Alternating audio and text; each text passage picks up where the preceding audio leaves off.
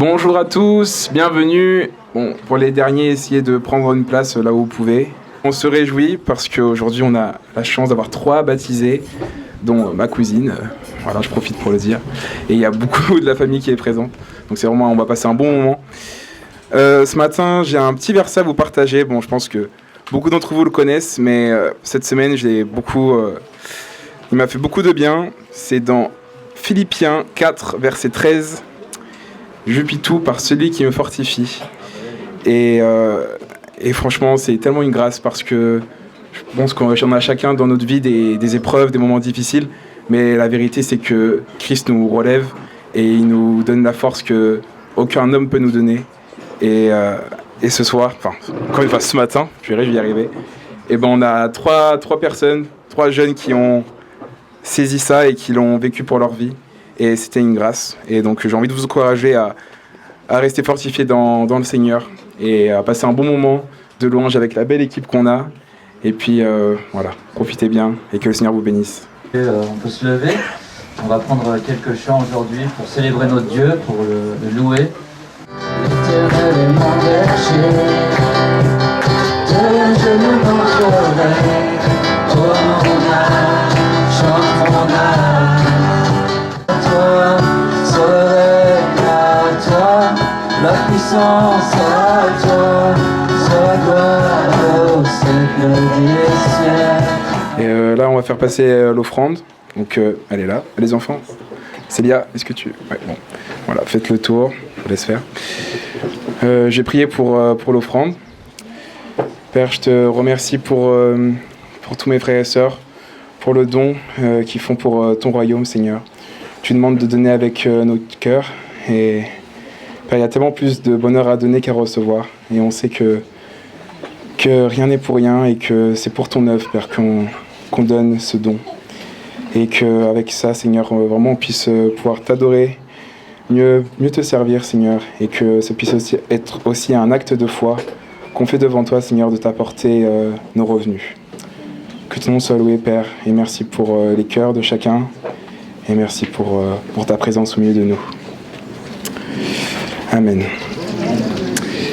Et puis, on va pouvoir passer à la suite, au plus important, si je puis me dire. Et puis, on va laisser la place au baptisé et au pasteur Laurent. Merci. Que le Seigneur le bénisse. Merci. Bonjour à chacune et à chacun. Si vous avez un peu frais, dites-vous que tout à l'heure, les baptisés seront dans l'eau du lac. Et elle est presque chaude. Donc, si jamais... vous pouvez piquer une tête dans le lac, puis revenir vite dehors, et vous allez dire « Ah, mais il fait chaud quand même !» Voilà, je vais partager un petit moment, une histoire qui est donnée par Jésus dans les Écritures, dans l'Évangile. Et certains, en parlant de ce texte et de cette histoire, disent que c'est l'Évangile dans l'Évangile. Donc on a les Évangiles qui racontent l'histoire de Jésus, ce qu'il a vécu, et puis dans cet Évangile, il y a une perle, il y a le trésor, il y a quelque chose de précieux et que Jésus raconte et on appelle ça donc l'évangile dans l'évangile. Évidemment, ça parle de l'amour de Dieu, n'est-ce pas? Est-ce que si tu te tournes vers ton voisin, tu lui dis « Est-ce que tu connais l'amour de Dieu ?» Pose-lui la question, tu verras s'il est chrétien ou pas. Est-ce que tu connais l'amour de Dieu? Si ce n'est pas le cas, à la fin du message, tu devrais en avoir un aperçu. Amen, hein? L'amour de Dieu est là, personnel, pour son Église, pour les baptisés, futurs baptisés. Voilà. Et est-ce que les futurs baptisés, pouvez vous lever comme ça? On voit où vous êtes. Voilà, Alexandre.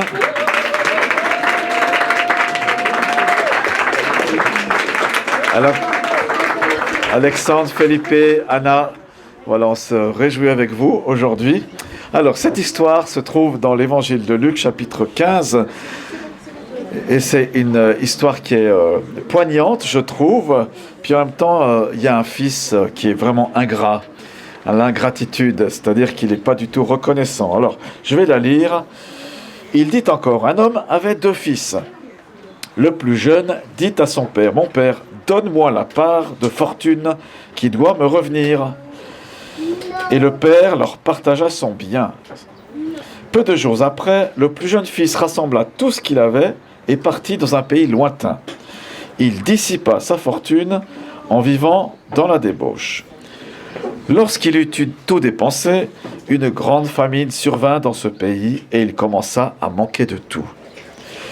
Il se lia avec un des habitants du pays qui l'envoya dans ses champs faire paître les pourceaux. Il aurait bien désiré se rassasier des caroubes que mangeaient les pourceaux, mais personne ne lui en donnait. Rentré en lui-même, il se dit « Combien d'employés chez mon père ont du pain en abondance, et moi ici, je péris à cause de la famine. Je me lèverai, j'irai vers mon père, et je lui dirai « Père, j'ai péché contre le ciel et envers toi. Je ne suis plus digne d'être appelé ton fils.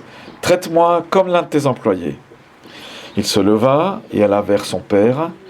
Comme il était encore loin, son père le vit et fut touché de compassion. Il courut se jeter à son cou et l'embrassa. Le fils lui dit « Père, j'ai péché contre le ciel et envers toi.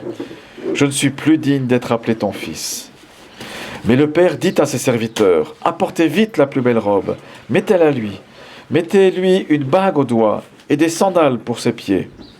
Amenez le veau gras, tuez-le, mangeons et réjouissons-nous.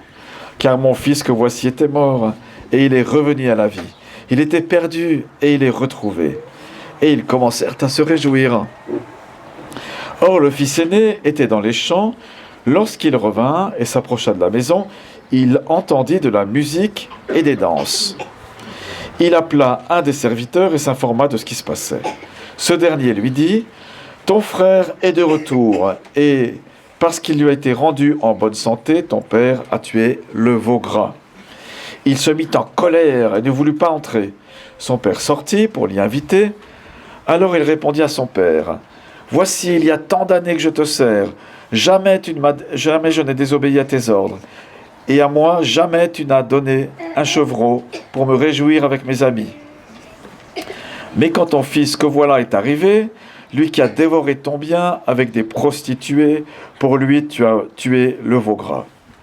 Toi, mon enfant, lui dit le père, tu es toujours avec moi, et tout ce que j'ai est à toi. Mais il fallait bien se réjouir et s'égayer, car ton frère que voilà était mort, et il est revenu à la vie. Il était perdu, et il est retrouvé. » Luc 15, les paroles de lui-même, de Jésus lui-même, qu'il nous partage et qui nous arrive aujourd'hui. L'histoire, donc, elle est assez simple. Peut-être que c'est une vraie histoire, on ne sait pas trop. Mais en tout cas, il y a un fils qui veut vivre loin de son père. Donc un père, un papa a 2 fils. Voilà, il est fortuné, il est propriétaire terrien, il a une grande exploitation, il a des ouvriers, des employés. Et le plus jeune demande sa part d'héritage avant la mort de son père. Donc il est en train de dire à son père, papa, tu vas bientôt mourir. Il faut qu'on règle ça avant ta mort, sinon après ça sera compliqué. Alors donne-moi la part d'héritage qui doit me revenir. Et le père ne dit rien de spécial, mais c'est une parole qui est très dure. Il méprise son père et voilà, il le met plus bas que terre dans cette situation. Et le père donc distribue les biens. Alors ce que fait le père, c'est qu'il y a 2 tiers pour le fils aîné, c'était la règle à l'époque, 2 tiers donc de la fortune et 1 tiers pour que le fils, le Benjamin, le deuxième. Ça montre, là, spirituellement, on peut déjà s'identifier à ce fils, ce deuxième fils. Ça montre notre cœur humain, qui est d'accord de recevoir les dons de Dieu. Merci Seigneur pour ce lac, merci pour ce moment qu'on vit ensemble et tout ça. Et puis qui profite que de ça, mais qui veut rien avoir avec aucune relation avec Dieu, avec le Père. Alors le fils part dans un pays lointain, il gaspille tout ce qu'il a. Le pays lointain représente une vie éloignée de Dieu. Voilà, plus il est loin de son père, plus il est content. En tout cas au début. Et il pense avoir trouvé la liberté, et pourtant il rentre dans un esclavage, dans des passions, là, loin de son papa. L'argent disparaît. Et oui, l'argent c'est fait pour ça, n'est-ce pas? Je ne sais pas combien vous avez sur vous, mais moi hier il me semblait que j'avais plus qu'aujourd'hui. L'argent disparaît, la famine arrive. Le jeune homme se retrouve à garder des cochons, des pourceaux. C'est une situation extrêmement humiliante pour lui. Il est juif. Rendez-vous compte, les animaux, les cochons sont impurs. Il est donc tombé au plus bas de son existence. Le péché promet la liberté. Viens, pêche et tout ça, tu vas être tellement heureux dans ta vie. Et c'est que pour quelques secondes qu'il promet cela. Il finit souvent par laisser un grand vide, humilié et seul. Voilà notre jeune homme qui se retrouve tout seul. Les amis de bistrot qu'il avait avant sont plus là.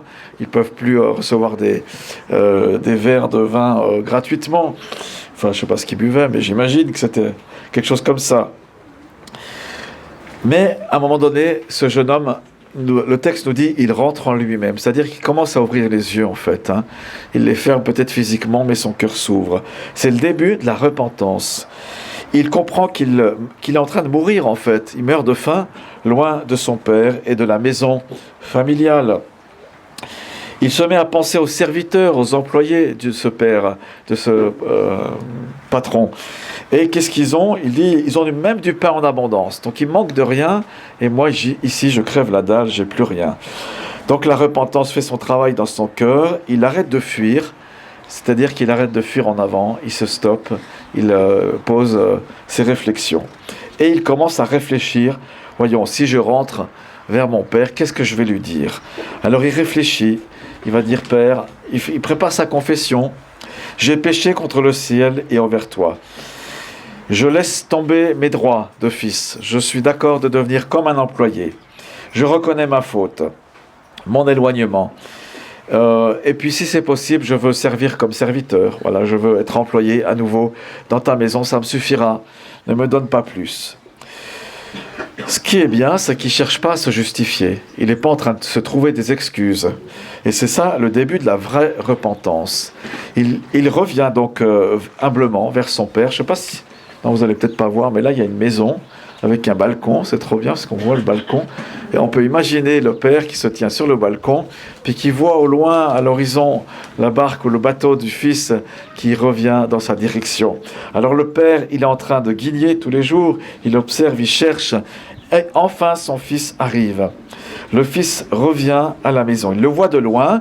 Ce père est rempli de compassion et dès que le fils vient et s'approche du domaine, eh bien le père court vers lui, bien que ce fils sente mauvais, il pue le cochon, et ça fait longtemps qu'il ne s'est pas lavé, j'imagine, les ongles noirs, les mains sales, les cheveux collés. Qu'est-ce qu'on a quand on est sale? Voilà, la totale, quoi. Et il sent très très mauvais, et de loin. Mais le père ne tient pas compte de ça. Il va le prendre dans ses bras. Quel geste d'amour extraordinaire. Le père aurait pu rester à distance, le recevoir froidement. Ah, c'était à cette heure-ci que tu rentres, c'est seulement maintenant. Non, le père fait un effort de le prendre dans ses bras. Aujourd'hui, le père prend dans ses bras les baptisés. Il te prend dans ses bras. N'est-ce pas? Combien même, peut-être hier ou ce matin, tu as péché, peut-être que tu as dit des choses que tu regrettes maintenant, sincèrement. Et le père se met à écouter le fils. Et le fils commence sa confession, sa litanie. Il lui dit, Père, j'ai péché contre toi, contre le ciel et contre toi. Je ne suis pas digne d'être appelé ton fils. Mais le père lui coupe la parole. Et il parle aux serviteurs. Il se tourne vers les employés. Vite, déshabillez-le, mettez-lui la plus belle robe, une robe de fête. Les habits de l'époque, c'était comme ça. Les fêtes, on mettait des robes de mariage pour les fêtes. Vite, une bague, ça veut dire que tu vas être, tu es mon fils et tu as la pleine autorité pour l'être. Vite, des souliers, des sandales aux pieds, ça veut dire que t'es pas un esclave. T'es les esclaves qui n'avaient pas de chaussures. Et toi, on te met les souliers, ça veut dire que tu es digne, tu as la dignité du fils. Et on va faire la fête. Alors, amenez le veau gras, c'est-à-dire le veau qu'on gardait pour faire la fête à la fin de l'année. Tuez-le, mettez-le sur la broche, on va faire un grand barbecue, on va se réjouir. Et voilà, le fils, il ne comprend plus rien. Mais père, moi je veux bien être ton employé. Chut, silence, c'est la fête. On va faire la fête et il commence à se réjouir. C'est une magnifique image du salut. Tout à l'heure, les baptisés, on va les écouter et ils vont donner quelques mots de confession, de témoignage. Et on va se réjouir de les écouter. Ils viennent de loin et Dieu les accueille dans la maison du Père, dans sa maison à lui. Et peut-être ce matin, tu es là, moi, tu te dis, mais moi je ne suis pas du tout dans la maison du salut. Je suis loin de ça. Et c'est possible de venir dans les bras de Dieu, ici le Père. Et il va te prendre comme tu es, tu peux venir à lui comme tu es. Comme ce fils Benjamin, le deuxième. Et l'histoire ne s'arrête pas là, parce que de loin, le fils aîné qui était dans les champs, qui a transpiré toute la journée, il entend la musique et il entend qu'on danse aussi et qu'on se réjouit.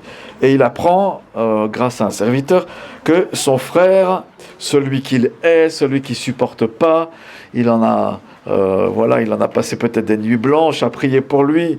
Il apprend que son frère est revenu et que le père même a organisé une fête. Mais au lieu de se réjouir, il se ferme. Il ferme son cœur, il se croise les bras en disant « Qu'est-ce qui se passe ?» Alors il se met en colère. Mais à ce moment-là, le père va à la rencontre aussi du fils aîné.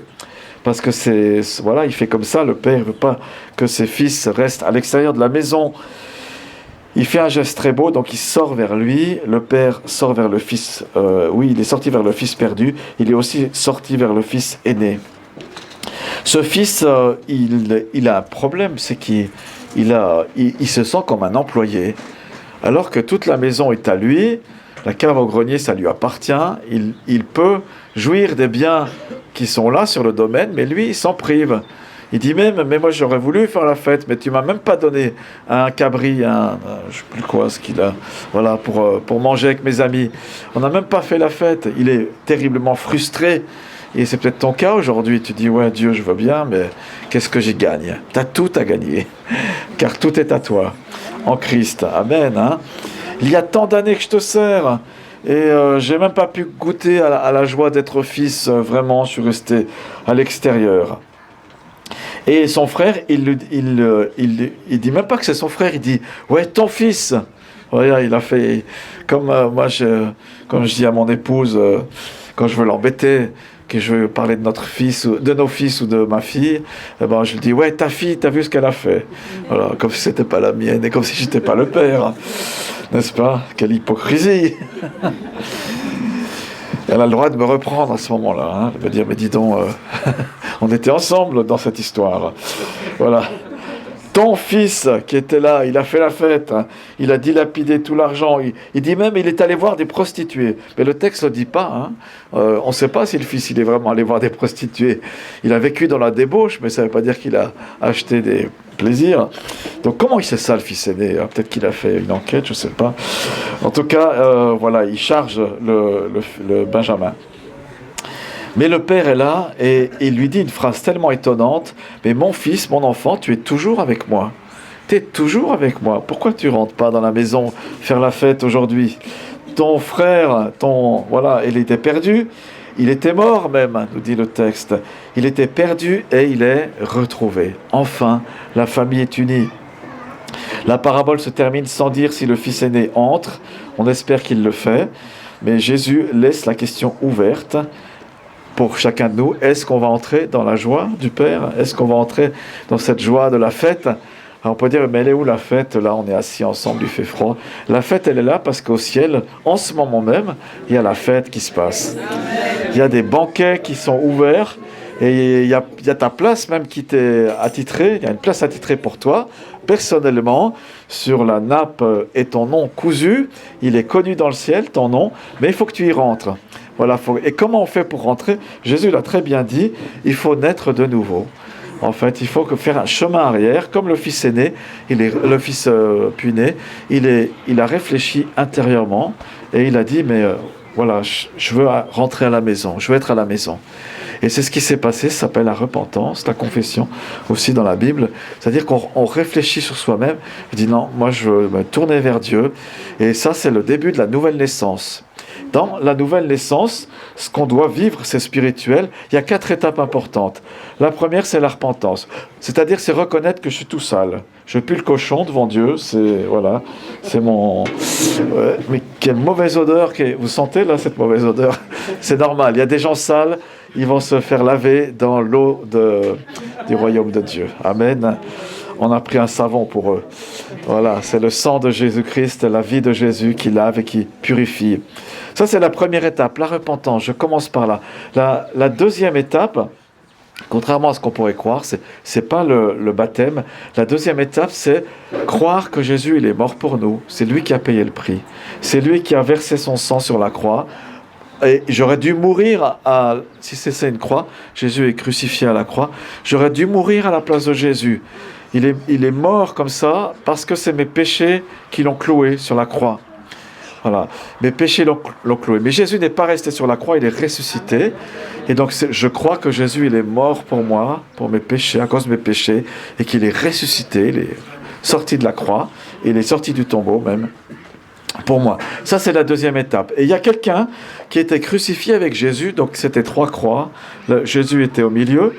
La croix était là pour Jésus, ils étaient les 3 crucifiés, et un des gars qui était crucifié avec lui, c'était un criminel, et il se tourne vers Jésus, puis il est en colère contre Jésus. Ouais, t'as qu'à nous sauver, toi qui es le Fils de Dieu, voilà, fais quelque chose pour nous si t'es vraiment le Sauveur.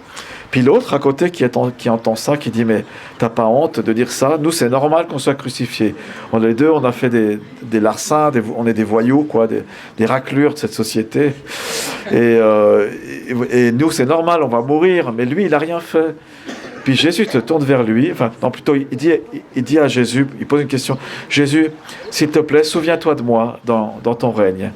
Et Jésus lui dit directement, quoi, ils ont le temps de parler, de s'écouter, alors ils souffrent, là, ils sont torturés. Ben Jésus lui dit, aujourd'hui, je te le dis, tu seras avec moi dans le paradis. Aujourd'hui, tout à l'heure, on va mourir, nos cœurs vont s'arrêter, mais tu seras avec moi. Promesse de Jésus. Amen. Et en fait, cet homme-là, il a mis sa foi en Jésus. Il a mis sa confiance dans le Seigneur Jésus. C'est toi le Sauveur. Et tout à l'heure, c'est ce qu'on déclare dans l'eau, dans le lac. Jésus est vraiment mon Sauveur. Amen. Et ça, c'est la deuxième étape. La troisième étape, c'est le baptême d'eau, qu'ils vont vivre tout à l'heure. Et si quelqu'un ce matin est prêt pour être baptisé, il peut poser la question, Seigneur, c'est quand le moment pour moi d'être baptisé? Voilà, première chose, reconnaître qu'on est sale. Deuxième chose, confesser Jésus comme Sauveur et Seigneur de nos vies. La troisième, l'étape du baptême d'eau, par immersion, nous dit la Bible. Il n'y a pas d'autre baptême dans les Écritures. C'est un baptême il faut être mature spirituellement, fait mûr, prêt, et puis on plonge dans l'eau. Puis la quatrième étape, quelqu'un la sait, la quatrième étape? Il doit donner son argent? Non, c'est pas celle-là. Ça, c'est déjà fait. La quatrième, c'est recevoir le baptême du Saint-Esprit. Parce que dans les Écritures, il y a 2 baptêmes. Il y a un baptême qui s'appelle le baptême d'eau et un autre baptême, le baptême du Saint-Esprit. C'est-à-dire, vous voyez, aujourd'hui, là, maintenant, certains sont peut-être tout tristes, mais quand ils reçoivent le baptême du Saint-Esprit, waouh, ça explose de joie. C'est comme si on est ivre, dit les Écritures, à la Pentecôte. Les chrétiens et les croyants étaient remplis du vin de l'Esprit Saint. Et voilà, tout joyeux. Un peu trop pompette, comme on dit. Trop bien. Voilà. On sait quand on a reçu le baptême du Saint-Esprit, on sait quand on est sauvé. Il y a l'assurance du salut au-dedans de nous. Alors ce matin, entre dans la maison. La porte est ouverte. La porte du royaume de Dieu, elle est ouverte. Fais-toi petit. On ne peut pas être orgueilleux et être dans le royaume de Dieu. C'est pour les petits qui reconnaissent leur faiblesse, leur dépendance de Jésus, notre Sauveur. Voilà, moi, ce que je voulais vous dire par rapport à ça. On va prier et puis on va écouter nos baptisés, n'est-ce pas? Seigneur, je te remercie parce que la porte de ta maison est largement ouverte. On peut y rentrer. Ce matin même et à l'instant même, on peut y rentrer. Elle est ouverte et tu nous accueilles toi-même, les bras grands ouverts. Et je te remercie pour cela. Béni soit ton nom. Seigneur, je prie pour chacun qui est là ce matin. Tous ceux qui ouvrent leur cœur à ta présence, ton amour, qui vivent la repentance intérieurement. Viens les toucher, viens te révéler. Seigneur, nous te confessons nos fautes et nos péchés. Nous te demandons pardon pour cela. Nous te demandons que tu nous accueilles dans ton règne aujourd'hui. Et nous accueillons ton salut. Amen. Soyez bénis, soyez visités, soyez encouragés. Amen. Yes. Alors, le premier des futurs baptisés, qui était-il? On avait dit Alexandre, je crois, ou bien, c'est ça? Alors, Alexandre.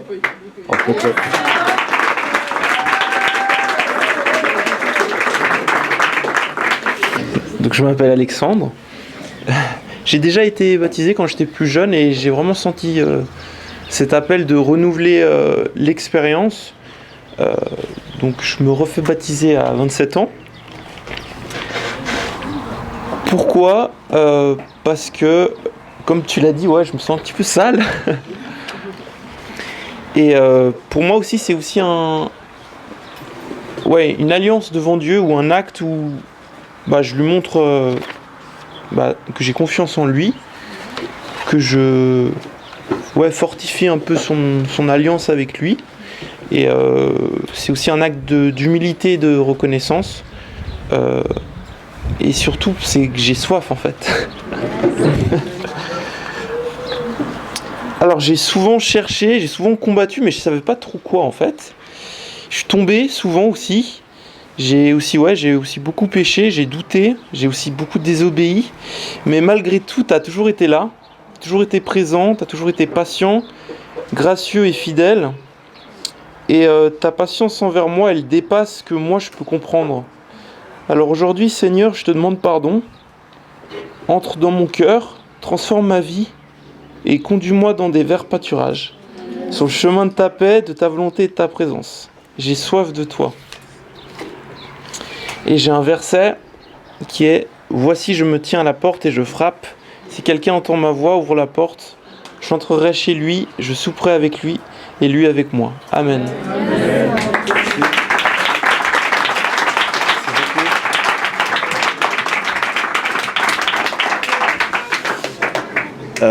Anna, à toi, on t'accueille, bienvenue.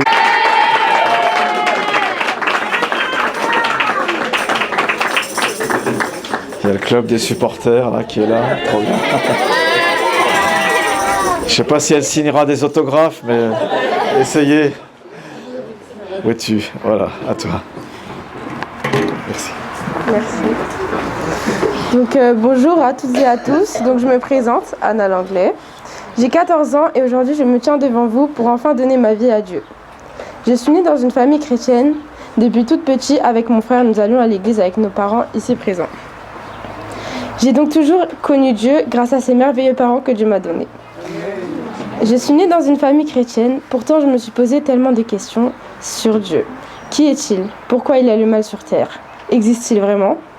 Et ma conclusion aujourd'hui, c'est que si je me trouve ici devant vous et que je veux faire cet engagement, c'est parce que je crois que Dieu est bel et bien là, dans mon cœur, dans ma vie, mais aussi présent au milieu de nous.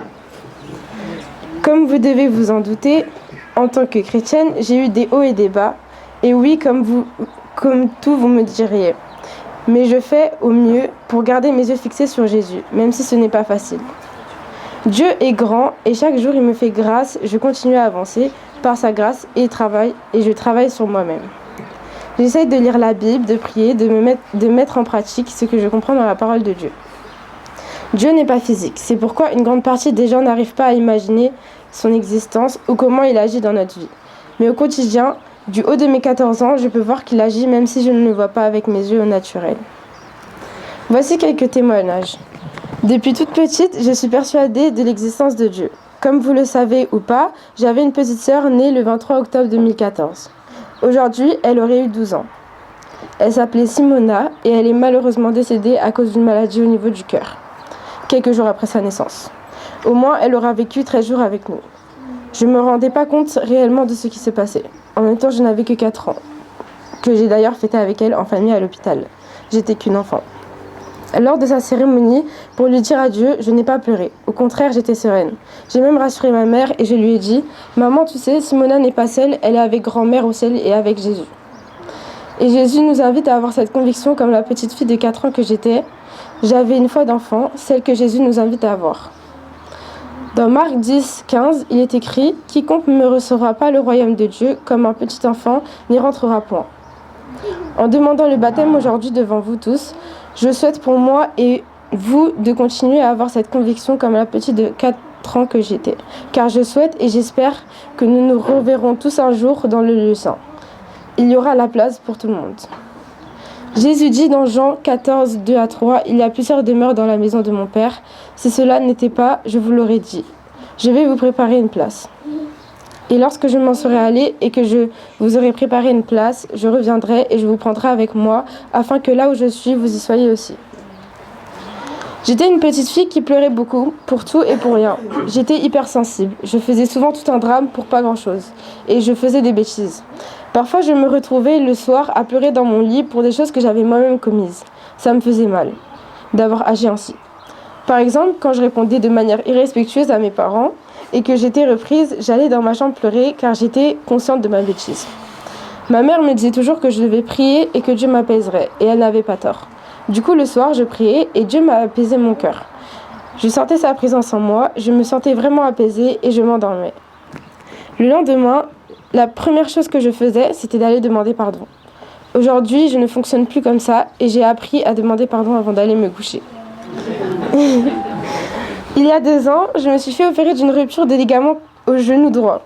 Avant l'intervention, j'ai prié fort dans ma tête en me dirigeant vers la salle d'opération avec le médecin. Du coup, je n'écoutais pas du tout ce qu'il me disait. On m'a installée dans un lit et normalement, c'est là qu'on commence à stresser. Mais pour moi, ce n'était pas du tout le cas. J'étais vraiment en paix et sereine par la grâce de Dieu. Dieu avait vraiment entendu ma prière. Malgré quelques complications après l'opération, 3 jours après, je montais déjà les escaliers et je pouvais marcher sans béquille. Le jour de mon opération, je n'ai reçu aucun message de mes amis à cause de disputes et de conflits que nous avions. Je me suis retrouvée à m'apitoyer sur mon sort, chez moi, sans le soutien que j'aurais aimé avoir. Bien sûr, il y avait mes parents et mon frère qui me soutenaient de tout cœur, même si mon frère, il avait mangé toutes les pâtisseries qu'il voulait m'offrir. Mais comme je vous le disais, j'ai pas eu le soutien que je voulais. Mais j'avais celui de Dieu et c'est ce qui importe. C'est sur lui que je me suis appuyée.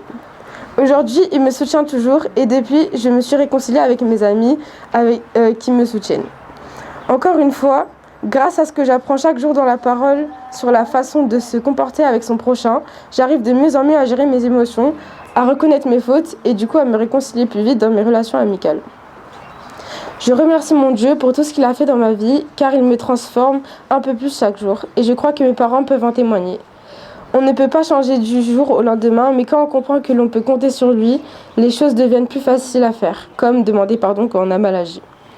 Aujourd'hui, j'ai compris que j'étais son enfant, que son sang a coulé pour moi et qu'il m'a racheté et pardonné de mes fautes. En tant que chrétienne, on peut parfois oublier de prier, mais lui, il n'oublie pas de nous réveiller. On pourrait ne pas se réveiller, mais lui, il nous donne le souffle de vie. La Bible dit que Dieu ne sommeille ni ne dort car il veille sur nous. Et aujourd'hui, je donne ma vie pour lui, car il est le chemin, la vérité et la vie, l'alpha et l'oméga, le premier et le dernier, le début et la fin. Jésus dit, ne tremblez pas, n'aie pas peur, car moi, le Seigneur ton Dieu, je serai là pour tout jurer. Amen.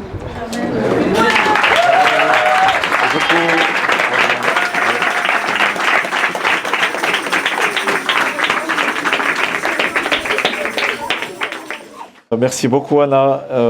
C'est Felipe, à toi, on t'accueille. Oups. Bienvenue. Il y a une année en arrière, Anna était là à assister au baptême de Louise et de Rosalia qui est là-bas. Donc voilà, en une année, il y a eu du chemin qui a été parcouru. Merci Felipe. Et Felipe, on s'est rencontrés d'abord par email. Merci. Merci. Ça. Bonjour à tous. Et merci d'être présent pour témoigner de mon baptême aujourd'hui. Tu veux d'abord poser des questions d'abord? Oui, une question que j'avais envie de te poser. T'as quel âge, Felipe? J'ai 46 ans. Bien. Et t'es plus jeune que moi. C'est bien. Dis-nous, est-ce que tu as toujours été chrétien? Est-ce que ta vie a toujours été très facile comme ça? Je suis né dans une famille catholique. On était très impliqués dans la paroisse à l'époque. Et puis à l'âge de 20 ans, j'ai eu comme une impression comme si la parole de Jésus était pas... Il y avait une incohérence avec ce que je voyais dans l'église catholique, sans pouvoir poser des mots concrets dessus. Donc je me suis éloigné et puis je me suis dit je vais rester avec les paroles de Jésus, je les garde avec moi et puis je verrai ce que j'en fais plus tard. Il y aura certainement un moment où ça me paraîtra, je trouve, un chemin. Et qu'est-ce qui fait qu'aujourd'hui tu te fais baptiser? T'as eu une vision, comment ça s'est passé? Bah, il y a 5 ou 6 ans en arrière, j'ai recommencé à m'intéresser à la parole. Et puis en regardant en parallèle des vidéos sur YouTube d'un pasteur adventiste qui habite à Barcelone, dans ces vidéos, donc, il donnait des conférences sur l'archéologie biblique. Et dans une de ces conférences, il a fait une présentation du symbolisme des obélisques qu'on pouvait retrouver dans l'Égypte antique. Et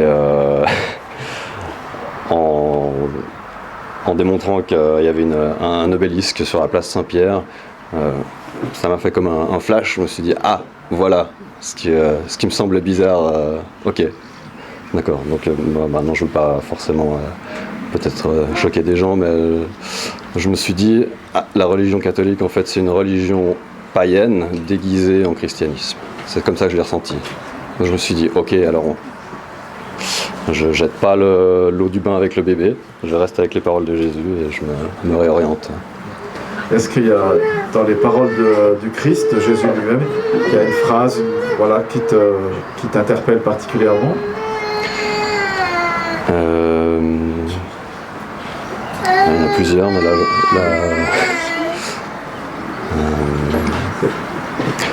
celle qui me revenait que j'avais gardée depuis tout petit, c'était aimez-vous les uns les autres, et aussi de bien veiller à construire sa maison sur du roc et pas sur des sables mouvants. Excellent, ouais. Voilà. Puis qu'est-ce que tu as envie de nous partager, de nous lire? Alors,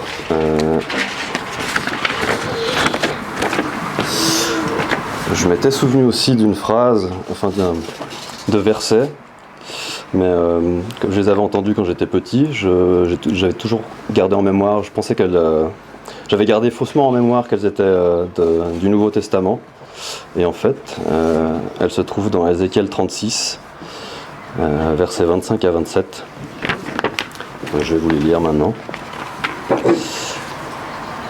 Je répandrai sur vous une eau pure et vous serez purifiés. Je vous purifierai de toutes vos souillures et de toutes vos idoles. Je vous donnerai un cœur nouveau, et je mettrai en vous un esprit nouveau. J'ôterai de votre corps le cœur de pierre, et je vous donnerai un cœur de chair. Je mettrai mon esprit en vous, et je ferai en sorte que vous suiviez mes ordonnances, et que vous observiez et pratiquiez mes lois. Ouais. Et j'ai quelques lignes pour ma confession de foi que je voudrais donc déclarer. Je crois en Dieu, notre Père à tous, Dieu unique, tout-puissant, créateur de l'univers et de toutes choses visibles et invisibles qui s'y trouvent. Je crois qu'il est juste et bon. Je crois en Jésus-Christ, notre Seigneur, Sauveur et Fils de Dieu, dont seul le sacrifice sur la croix permet de racheter nos péchés. Je crois qu'il est le chemin, la vérité et la vie, venu annoncer la bonne nouvelle du salut. Je crois en l'Esprit Saint, en son action qui nous inspire, travaille nos cœurs et nous guide, pour accomplir la volonté de Dieu et devenir ses enfants. Je crois en la vie éternelle, en la résurrection et au baptême.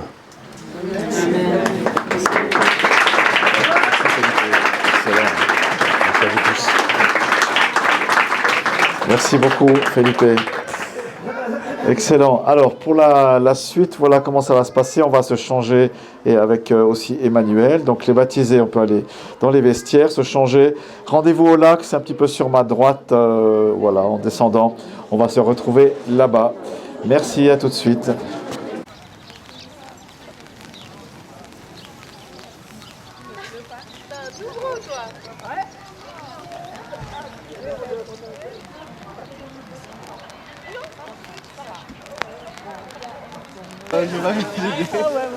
Ça sent ça, une qui saute au loin.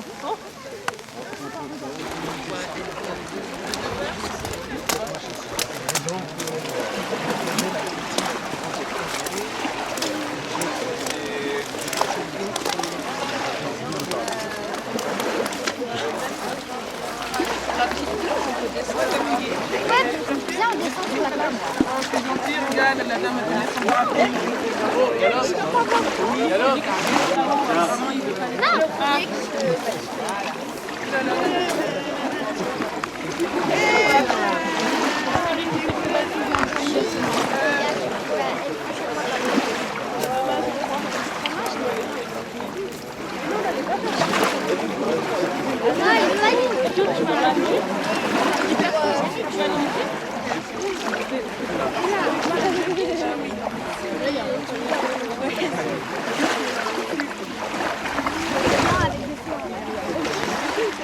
Bien, est-ce que vous m'entendez? Oui. Super. Alors on va baptiser Alexandre et après ça sera Anna et vous terminez avec Felipe. Et c'est le moment de voir s'ils ont vraiment la foi. N'est-ce pas? Et voilà. Alexandre, est-ce que tu crois que le Seigneur Jésus-Christ est ton Sauveur et ton Seigneur? Est-ce que tu crois qu'il a pardonné tes péchés et qu'il t'a purifié? Oui. Bien, alors sur ta déclaration.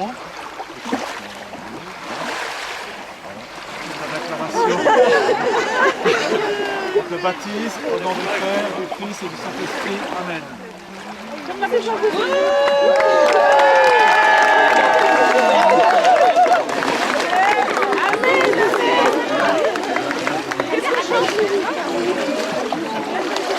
Bravo.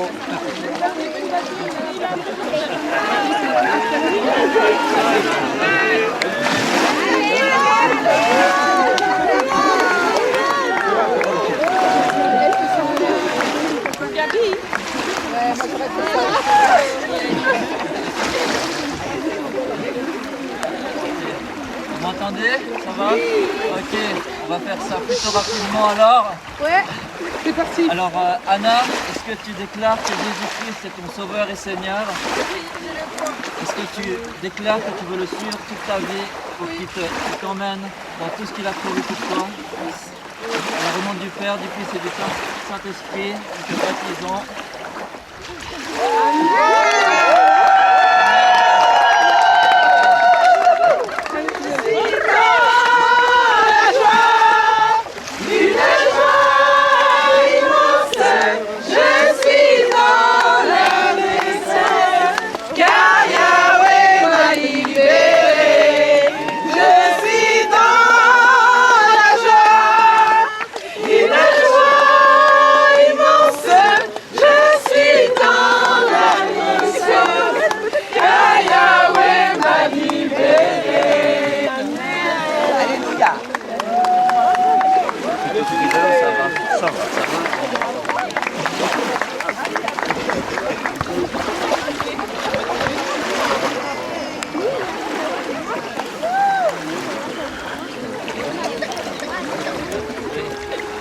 Alors, Philippe, est-ce que tu déclares que Jésus-Christ est ton Sauveur et ton Seigneur? Oui. Est-ce que tu crois qu'il veut te bénir et t'emmener là où il a prévu pour toi? Oui. Alors, on le croit aussi, et on l'entend, et on te baptise au nom du Père, du Fils et du Saint-Esprit.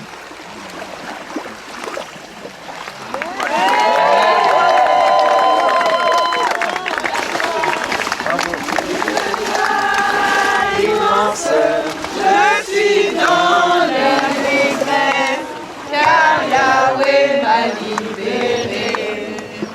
Bravo.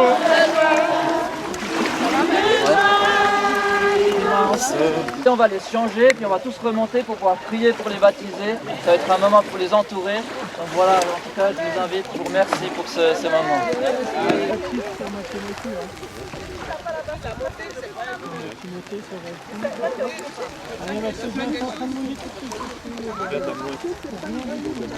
Je suis dans la joie, une joie immense.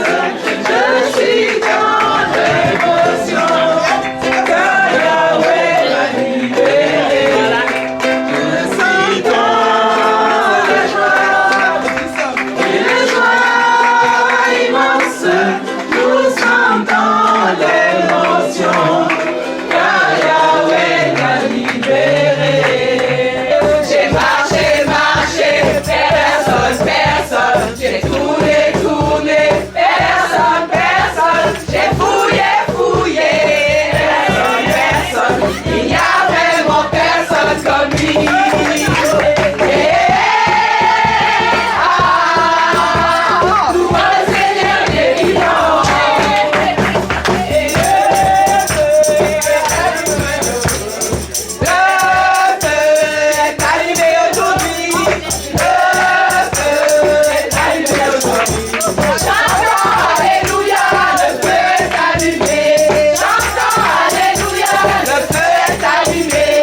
va prier maintenant pour les baptisés. Alexandre, Anna, Felipe, merci de venir devant. On va prier pour vous. On va vous imposer les mains, comme dit les Écritures, pour la réception du Saint-Esprit. Alors, je vous invite tous à vous lever, puis les baptisés, on va les mettre ici devant. Est-ce que le conseil, l'équipe pastorale de l'église d'Aunay peut venir? Comment? Les parents aussi, bien sûr. Voilà, on va prier pour vous.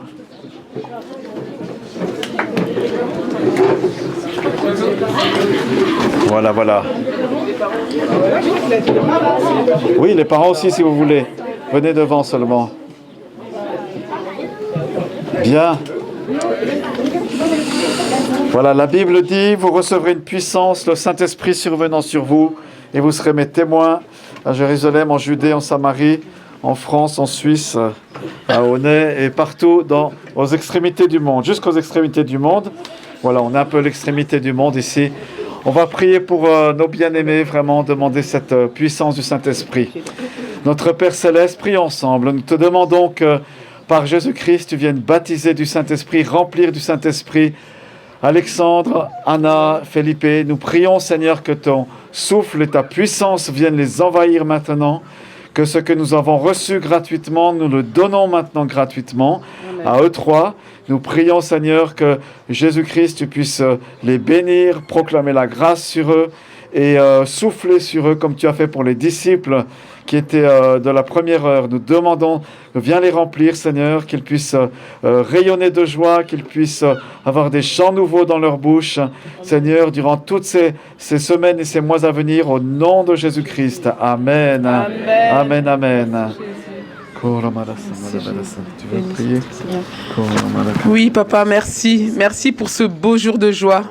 Merci parce que tu es le ressuscité.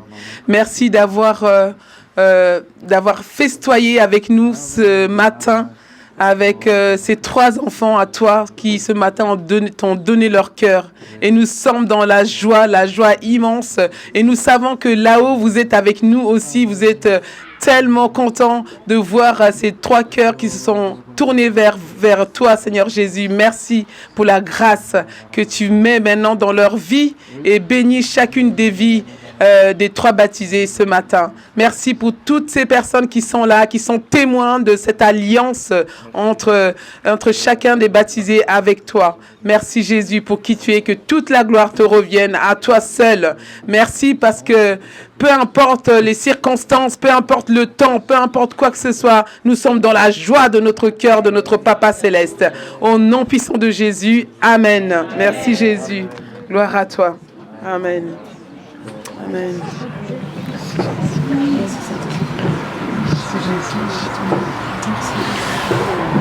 Oui Seigneur, on veut bénir en ton nom. Au nom de Jésus, on bénit Alexandre, Felipe, Anna, et je te loue pour l'œuvre que tu as commencée dans leur vie, Seigneur. Amen. Depuis leur premier jour, tu as été avec eux, Seigneur, jusqu'à aujourd'hui, et tu continueras à être avec eux parce que tu es un Dieu fidèle sur lequel on peut compter, Seigneur. Apprends-leur et apprends-nous à compter sur toi jour après jour, dans les moments faciles, dans les moments plus difficiles, Seigneur. Merci parce que tu ne nous lâches pas, mais tu es ce Père fidèle pour nous, Seigneur, et tu le seras pour chacun de ces trois enfants, de tes enfants, Seigneur. Amen. Je les bénis au nom de Jésus. Je proclame que tu fais une œuvre dans leur cœur et dans leur corps, dans leur esprit, qui continue, qui commence aujourd'hui. Et c'est qu'un commencement, Seigneur. Que toute la gloire te soit rendue et que par leur vie, tu puisses aussi te glorifier. Amen. Dans le nom de Jésus. Amen. Amen.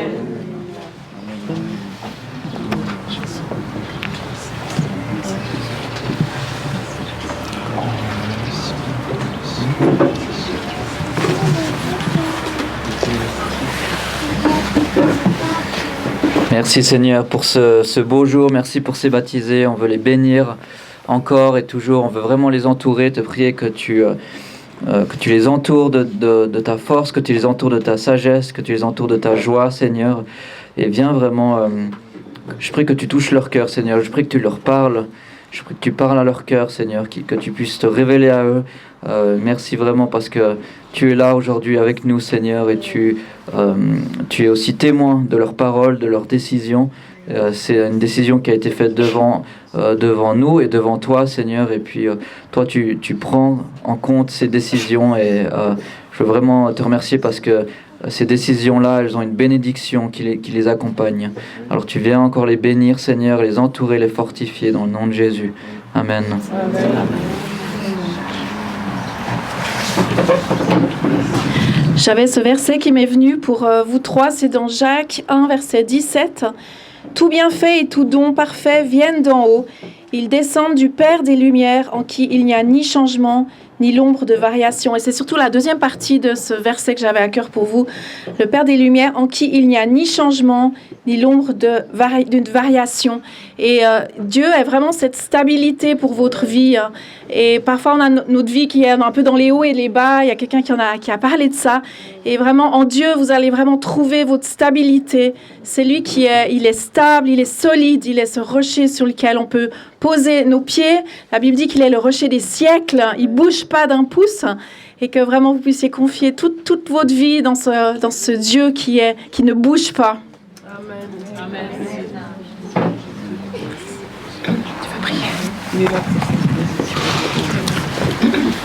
Merci Seigneur pour Anna, merci Seigneur pour la jeune femme qu'elle devient, merci Seigneur de l'accueillir aujourd'hui Seigneur, merci Seigneur parce que tu es là et tu l'attendais Seigneur, tu attends chacun de nous Seigneur et il n'y a qu'à nous de nous présenter à toi. Merci Seigneur pour cette belle journée, merci Seigneur pour tous ces beaux témoignages. Merci Seigneur de bénir chacun et merci Seigneur pour la joie Seigneur que nous fais de nous accueillir dans ta maison Seigneur. Amen. Amen.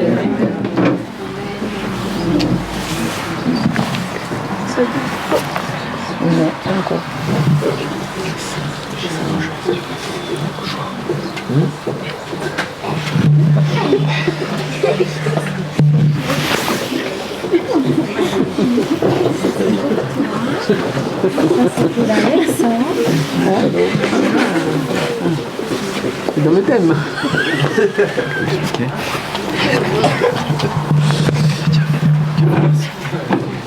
Voilà, on vous offre, la paroisse vous offre des petits cadeaux. Et merci beaucoup à Teresa qui l'a trouvé, cherché. Et un souvenir de votre baptême où vous allez pouvoir mettre ça dans vos Bibles. Vraiment, on vous aime très très fort. Bravo pour votre pas de foi aujourd'hui. Et voilà, soyez dans la joie, dans la paix, dans la guérison du Seigneur, dans sa plénitude. Et est-ce qu'on peut les applaudir et acclamer Dieu en même temps ?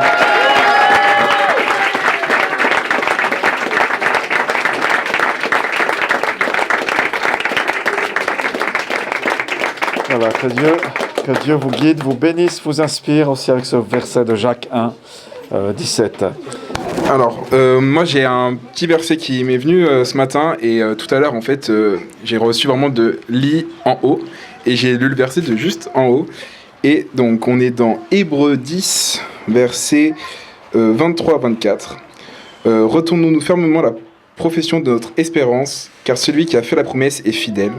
Veillons les uns sur les autres pour nous exciter à la charité et aux bonnes œuvres.